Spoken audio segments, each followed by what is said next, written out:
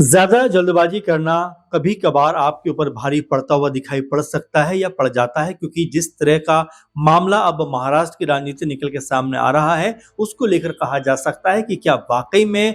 जो नई नवेली उप मुख्यमंत्री बनी हैं सुनेत्रा पवार, क्या उन्होंने शपथ लेने में ज़्यादा जल्दबाज़ी कर दी? दरअसल जो तकनीकी इसके पहलू निकल कर सामने आ रहे हैं, उसको देखा जाए तो ये भी कहा जा रहा है कि हो सकता है कि उनका जो ये पद है वो खतरे में पड़ता हुआ दिखाई पड़े। अगर हम संवैधानिक तौर पर बात करें, तकनीकी तौर पर बात करें तो कहीं न कहीं उनकी कुर्सी पे एक पेच फँसता हुआ दिखाई पड़ रहा है क्योंकि जो खबर निकल के सामने आ रही है उसके मुताबिक अगर बात करें तो सुनेत्रा पवार जी ने राज्यसभा चूँकि वो सांसद थी, उन्होंने इस्तीफ़ा दिया और इस्तीफ़ा देने के तुरंत बाद उन्होंने उप मुख्यमंत्री पद की शपथ ले ली, जो तकनीकी रूप से सही नहीं है और राजनीतिक तौर पर कई लोग ये बात कहते हुए दिखाई पड़ रहे हैं कि भाई आपने इस्तीफा दिया ठीक है, लेकिन सबसे पहले वो इस्तीफा स्वीकार भी होना चाहिए, यानी राष्ट्रपति द्वारा इस्तीफा अगर स्वीकार होता है उसके बाद ही आप किसी दूसरे पद को ग्रहण कर सकते हो। लेकिन जिस जल्दबाजी में यहाँ पर सुनेत्रा पवार ने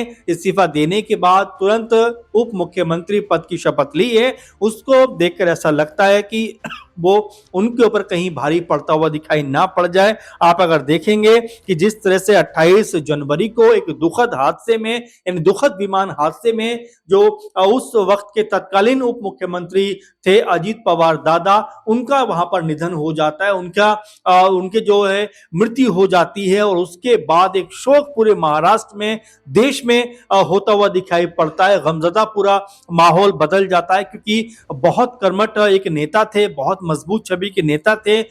हमेशा कह सकते हैं कि तमाम जातियों को, तमाम धर्मों को, तमाम समुदायों को वो साथ लेकर चलना चाहते थे और लेकर चलते भी थे। और आखिरी बार जब जो कॉल निकल कर सामने आता है, जो अपने भतीजे से अजीत पवार दादा बात कर रहे हैं श्रीनेत पवार से, उसमें भी वो ये बात कहते हैं कि भाई हमारा जो कार्य है वो तमाम जाति समुदायों को साथ लेकर चलने का है, किसी भी एक वर्ग की राजनीति हमें नहीं करनी। तो आप जरा सोच सकते हैं कि अजीत पवार दादा की जो छवि थी वो कितनी मजबूत और कितनी अलग किस्म की रही थी कि बीजेपी के साथ उनका गठबंधन तो था, लेकिन फिर भी अपनी राजनीति वो अलग तरह से करते हुए दिखाई पड़ते थे। लेकिन दुखद हादसा 28 जनवरी को होता है सुबह में, उसमें उस हादसे में अजीत दादा के साथ कई लोगों की जो है जान चली जाती है और यहाँ पर अजीत पवार जो उस समय के उप मुख्यमंत्री थे, उनका भी निधन हो जाता है और अगले दिन उनकी अंत्येष्टि होती है, अंतिम संस्कार होता है। कई लोग फिर पॉलिटिकल तौर पर तमाम सारी बातें शुरू कर देते हैं कि यहाँ पर अब इनको उप मुख्यमंत्री बनना चाहिए, इनको बनना चाहिए।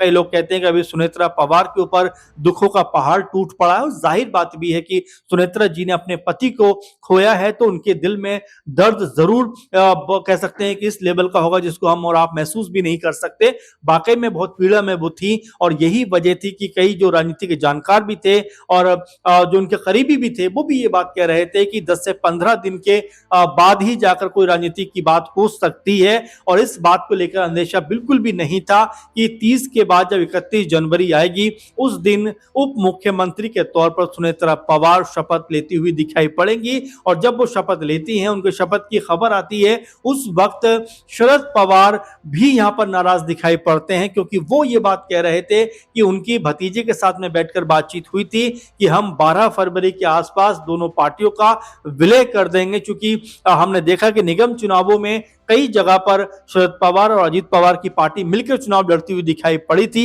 और इसी बात से अंदाजा लगाया जा रहा था कि दोनों पार्टियां जो है विलय कर सकती हैं और इस बात को शरद पवार ने भी कहा। लेकिन उसके बाद जो घटनाक्रम बदला क्योंकि 31 जनवरी को सुनेत्रा पवार जो है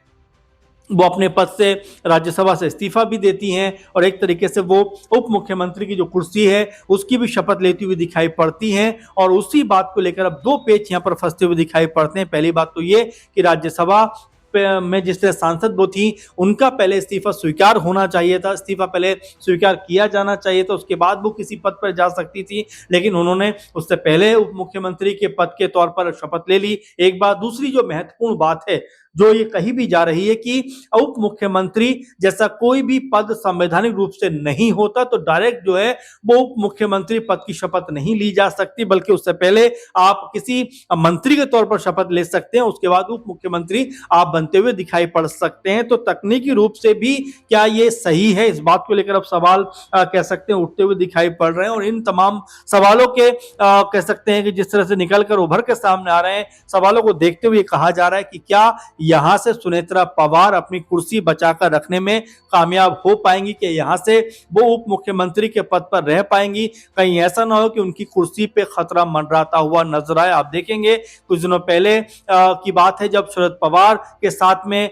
सुनेत्रा पवार के दोनों बेटे जय पवार और पार्थ पवार बैठकर बंद कमरे में मीटिंग करते हुए दिखाई पड़े थे, बातचीत करते हुए नजर आए थे। और ये मीटिंग 1.5-2 घंटे चलती हुई दिखाई दी थी। कई लोगों ने कहा कि भाई जिला परिषद के जो चुनाव है उसको लेकर बातचीत हो रही है, उसी के मद्देनजर तमाम रणनीतियां बनाई जा रही हैं। लेकिन चूंकि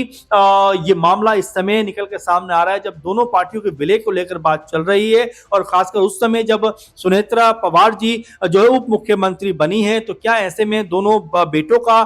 शरद पवार जी से मिलना कोई और जो है संदेश देता हुआ दिखाई पड़ता है, ये भी अपने आप में चर्चाओं में बना। और साथ में एक और बड़ी खबर निकल के सामने यहां पर यह भी आती है कि क्या पार्टी की कमान के तौर पर भी क्या सुनेत्रा पवार जी ही आगे आएंगी, या यहां पर दोनों बेटों में से किसी एक का नाम निकलकर सामने आएगा। आप देखेंगे प्रफुल्ल पटेल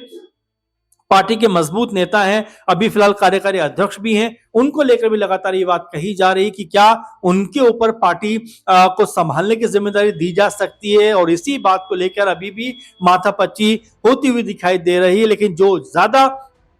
चर्चाओं में बात है वो ये है कि यहां से सुनेत्रा पवार को हो सकता है कि जो पार्टी की कमान है वो सौंप दी जाए, या पार्टी की जो कमान है वो संभालती हुई दिखाई पड़े। अब क्या 2 पदों पर वो काम करेंगे, एक तो उप मुख्यमंत्री रहेंगी, साथ में पार्टी कमान भी वो संभालेंगी, साथ में जो राज्यसभा की सीट खाली हुई है उसके ऊपर क्या उनके बेटे को उतारा जा सकता है। ये तमाम ऐसे पहलू हैं जिसको लेकर रोजाना चर्चाएं यहां पर चलती हुई दिखाई देती हैं। बारामती की जो सीट खाली हुई है अजीत पवार दादा के जाने के बाद, क्या उस सीट के ऊपर अब पूरे तरीके सुनेत्रा पवार ही चुनाव लड़ती हुई दिखाई पड़ेंगी। तो ये ऐसी बातें हैं जो आने वाले दिनों में कह सकते हैं साफ होती हुई दिखाई देंगी। लेकिन फिलहाल जो असमंजस की चीजें हैं वो ये हैं कि बंद कमरे में शरद पवार से जय पवार पार्थ पवार का मिलना क्या संदेश देता है, और जिस आपाधापी में कह सकते हैं जिस जल्दबाजी में सुनेत्रा पवार ने उप मुख्यमंत्री पद की शपथ ली है और तकनीकी तौर पर कहीं वो फंसती हुई दिखाई पड़ रही है, तो क्या उनकी कुर्सी पर खतरा मंडराता हुआ दिखाई पड़ता है। उनकी कुर्सी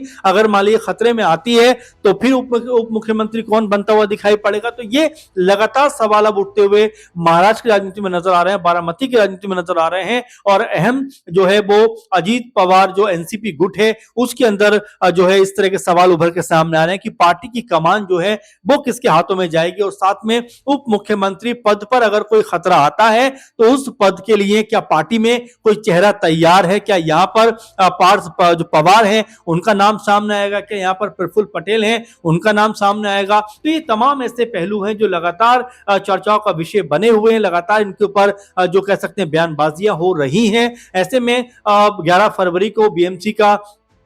मेयर है वो भी चुना जाना है। तो तमाम पॉलिटिकल चीजों के बीच में आप जरूर इस बात पे भी ध्यान रखिए कि किस तरह से अब अजीत पवार गुट की जो राजनीति का